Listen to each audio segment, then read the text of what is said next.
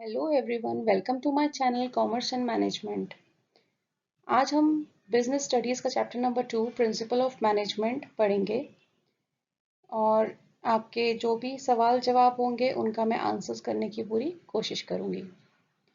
कभी आपने सोचा है कि एक स्कूल या हॉस्पिटल या किसी बड़ी कंपनी में हज़ारों लोग मिलकर काम करते हैं और वो स्मूथली कैसे करते हैं?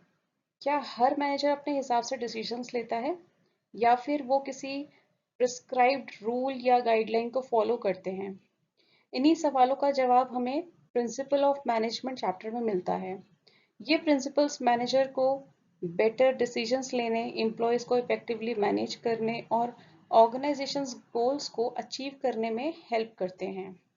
इस पूरे चैप्टर में हम प्रिंसिपल्स का मीनिंग, उनका नेचर, सिग्निफिकेंस और इम्पोर्टेंस को बहुत ही सिंपल रियल लाइफ एग्जाम्पल्स के साथ समझेंगे। इसलिए अगर आप क्लास 12th बोर्ड की प्रिपरेशन कर रहे हैं या बिजनेस स्टडीज़ के कॉन्सेप्ट्स को स्ट्रॉन्ग बनाना चाहते हैं तो ये क्लास आपके लिए बहुत ज़्यादा यूजफुल होने वाली है।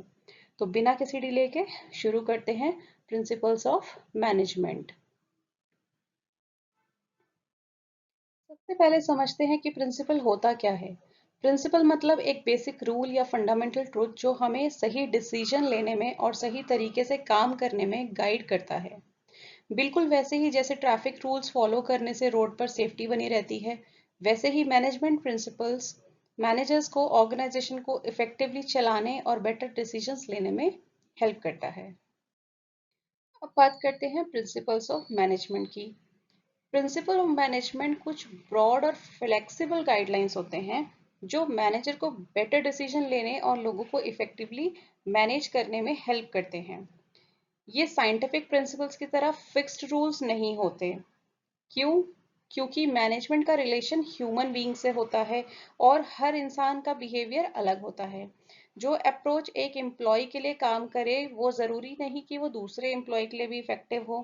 इसीलिए मैनेजर्स इन प्रिंसिपल्स को रटे हुए रूल्स की तरह फॉलो नहीं करते बल्कि हर सिचुएशन को और ऑर्गेनाइजेशन की नीड के अकॉर्डिंग उनको अप्लाई करते हैं। यही फ्लेक्सिबिलिटी इन प्रिंसिपल को प्रैक्टिकल और ज़्यादा यूजफुल बनाती है। इसको एक सिंपल से एग्जांपल से समझ लेते हैं, ठीक है? मान लीजिए एक मैनेजर है, उसके अंडर दो एम्प्लॉयज काम करते हैं। पहला एम्प्लॉय तब और अच्छा परफॉर्म करता है जब उसको ओपनली आप तारीफ करते हो, लेकिन दूसरा एम्प्लॉय एप्रिसिएशन से ज़्यादा कंस्ट्रक्टिव फीडबैक मिलने पर इम्प्रूव करता है। अब अगर मैनेजर दोनों के साथ एक ही अप्रोच यूज करेगा तो शायद दोनों से बेस्ट रिजल्ट नहीं मिले। इसलिए मैनेजर हर एम्प्लॉय की पर्सनालिटी और सिचुएशन को समझकर अलग-अलग तरीका अडॉप्ट करता है। ये दिखाता है कि principal of management fixed rule नहीं होते। इसे हर सिचुएशन और हर इंडिविजुअल के अकॉर्डिंग हमें फ्लेक्सिबल रखना पड़ता है ताकि हमें बेस्ट रिजल्ट मिल सके। Our next topic is nature of principles of management. So the first point is universal applicability. Universal applicability का मतलब है कि principles of management her type की ऑर्गेनाइजेशन में अप्लाई किए जा सकते हैं, चाहे वो कोई स्कूल हो, कोई हॉस्पिटल हो या कोई बिजनेस कंपनी हो या कोई एंटरप्राइज हो या कोई एनजीओ हो। हर जगह मैनेजमेंट की जरूरत पड़ती है। जैसे प्लानिंग की जरूरत एक प्रिंसिपल को भी होती है और एक कंपनी के सीईओ को भी होती है। दोनों अपने गोल्स अचीव करने के लिए प्लानिंग करते हैं। So this is universal applicability. Now the second point is general guidelines. Management principles exact rules नहीं होते बल्कि जनरल गाइडलाइंस होते हैं। ये मैनेजर को डायरेक्शन देते हैं कि किस सिचुएशन में कैसे सोचना है और कैसे डिसीजन लेना है। जैसे फॉर एग्जाम्पल टीचर्स कहते हैं कि रेगुलर पढ़ाई करो, लेकिन कितने घंटे पढ़ना है ये हर स्टूडेंट अपनी सिचुएशन के हिसाब से डिसाइड करता है। ठीक है, next point third one is practice and experimentation. Management principles practical experience और एक्सपेरिमेंट से ही डेवलप हुए हैं।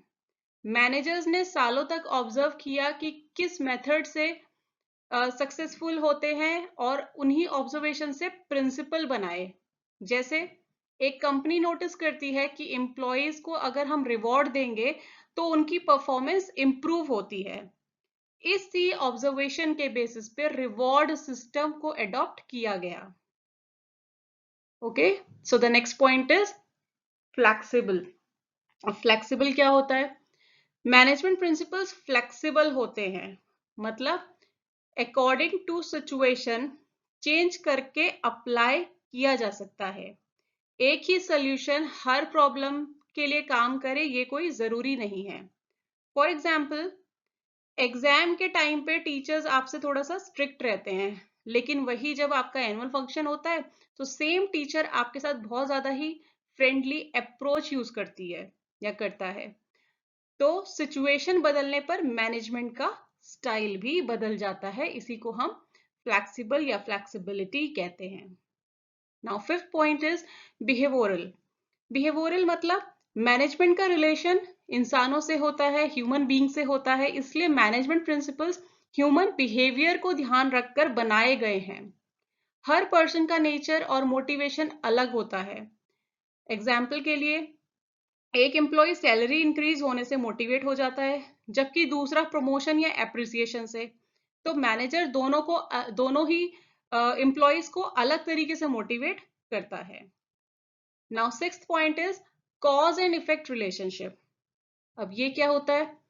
हर मैनेजमेंट प्रिंसिपल का एक रीजन और एक रिजल्ट होता है।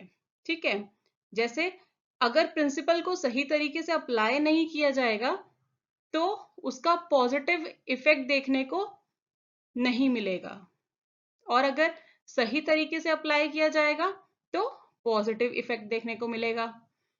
फॉर एग्जाम्पल, अगर मैनेजर क्लियर इंस्ट्रक्शंस देता है एम्प्लॉयज को तो एम्प्लॉय कम से कम मिस्टेक्स करते हैं और प्रोडक्टिविटी भी बढ़ जाती है। यहाँ क्लियर इंस्ट्रक्शंस जो है वो कॉज है, और उन एम्प्लॉयज की बेटर प्रोडक्टिविटी, बेटर परफॉर्मेंस जो है इफेक्ट है। ठीक है, क्लियर हो गया? Seventh point is contingent. अब कंटिंजेंट का मतलब होता है डिपेंड्स। मैनेजमेंट प्रिंसिपल्स को अप्लाई करना सिचुएशन, एनवायरमेंट या किसी भी तरह के सर्कमस्टेंसेस पर डिपेंड करता है। हर प्रॉब्लम का सोल्यूशन सेम नहीं होता। अगर कंपनी फाइनेंशियल क्राइसिस में होगी तो मैनेजर कॉस्ट कटिंग पर फोकस करेगा, लेकिन अगर बिजनेस रैपिडली ग्रो कर रहा हो तो मैनेजर नए एम्प्लॉयज को हायर करेगा। दोनों सिचुएशन में डिसीजन अलग होगा। ठीक है, तो ये थे इनके 7 पॉइंट्स। अब इसकी एक इजी ट्रिक है, UGPFBCC। ठीक है, मेमोरी ट्रिक, इसको नोट डाउन कर लो। जब भी कोई ट्रिक बताई जाए या कुछ भी आपको बताया जाए उसको जरूर से जरूर नोट कर लेना। UGPFBCC। ठीक है, इसकी ट्रिक है, uncle gives pizza for birthday celebration cheerfully. फिर से रिपीट कर रही हूं, uncle gives pizza for birthday celebration cheerfully. Now the next topic is significance of principles of management. इसकी खासियतें क्या है, इससे होता क्या है? The first is provides useful insight into reality.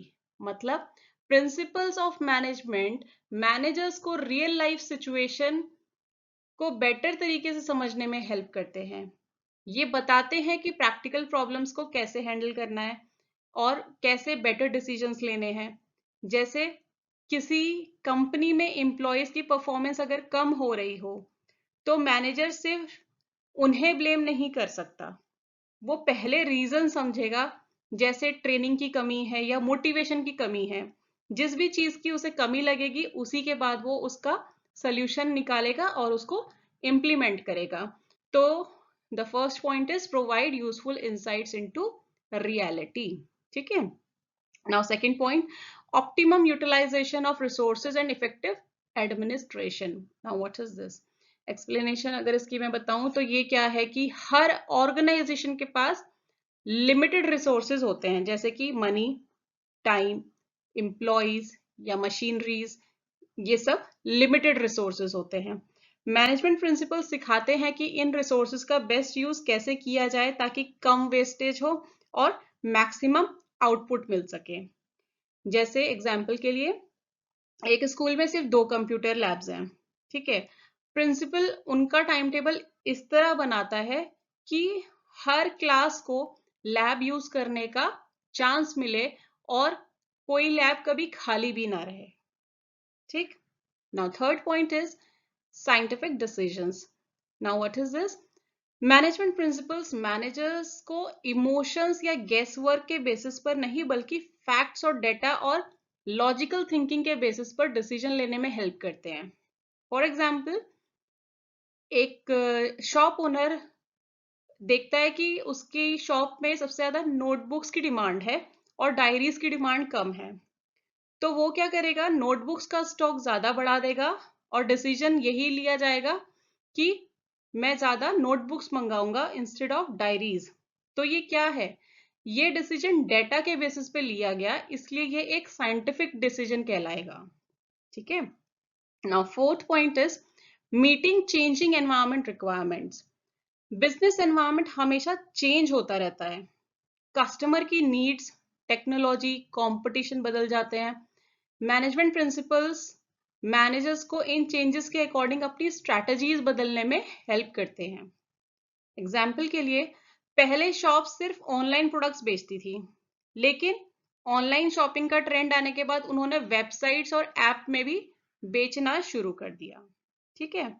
तो ये कौन सा पॉइंट है हमारा? Meeting changing environment requirement. जैसी जरूरत थी, जैसा एनवायरमेंट था, उसके हिसाब से वो लोग चेंज हो गए। Now fifth point is fulfilling social responsibility.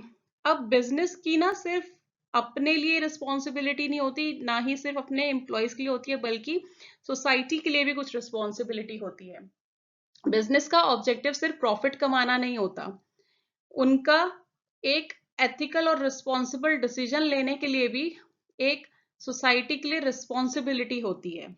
जैसे एक कंपनी प्लास्टिक वेस्ट कम करने के लिए इको फ्रेंडली पैकेजिंग यूज करती है, इससे एनवायरनमेंट को भी फायदा होता है और सोसाइटी को भी। तो इस तरह वो अपनी सोशल रिस्पॉन्सिबिलिटी को फुलफिल कर देते हैं। नाउ सिक्स्थ पॉइंट और last point is management training education and research. अब ये क्या है? मैनेजमेंट प्रिंसिपल्स नए मैनेजर्स और स्टूडेंट को मैनेजमेंट सिखाने का बेस प्रोवाइड करते हैं। इन्हीं प्रिंसिपल के थ्रू ट्रेनिंग दी जाती है और नए रिसर्च आइडियाज डेवलप होते हैं। एग्जाम्पल के लिए, जब एक न्यू मैनेजर कंपनी ज्वाइन करता है तो उसे प्लानिंग, ऑर्गेनाइजिंग, लीडरशिप और कम्युनिकेशन की ट्रेनिंग दी जाती है। ये ट्रेनिंग मैनेजमेंट प्रिंसिपल पर ही बेस्ड होती है, ठीक है। तो this is all about significance of principles of management. अब इसकी easy trick, POSMFM। POSMFM, please order samosa, make fresh meals. Please write, please order samosa, make fresh meal. और इसी के साथ आज की क्लास यहीं खत्म होती है। मुझे उम्मीद है आपको प्रिंसिपल ऑफ मैनेजमेंट, उसका नेचर, सिग्निफिकेंस सब अच्छी तरह से समझ आया होगा। कल की क्लास में हम पढ़ने वाले हैं हेनरी फ्योल और FW टेलर के प्रिंसिपल ऑफ मैनेजमेंट, जो कि बोर्ड एग्जाम्स और कॉम्पिटिटिव एग्जामिनेशंस के पॉइंट ऑफ व्यू से बहुत ही ज्यादा इंपॉर्टेंट होते हैं। और मैंने इनको भी बहुत ही इजीली एक्सप्लेन किया है, बहुत ही सिंपल कॉन्सेप्ट के थ्रू इसको एक्सप्लेन किया है। अगर आज की क्लास आपको हेल्पफुल लगी हो तो वीडियो को लाइक ज़रूर करना, अपने फ्रेंड के साथ ज़रूर शेयर करें, और ऐसे ही concept based business studies lecture, economics lectures के लिए चैनल को सब्सक्राइब करना बिल्कुल मत भूलना। मिलते हैं कल एक और इंटरेस्टिंग क्लास के साथ। Thank you so much, take care, bye bye.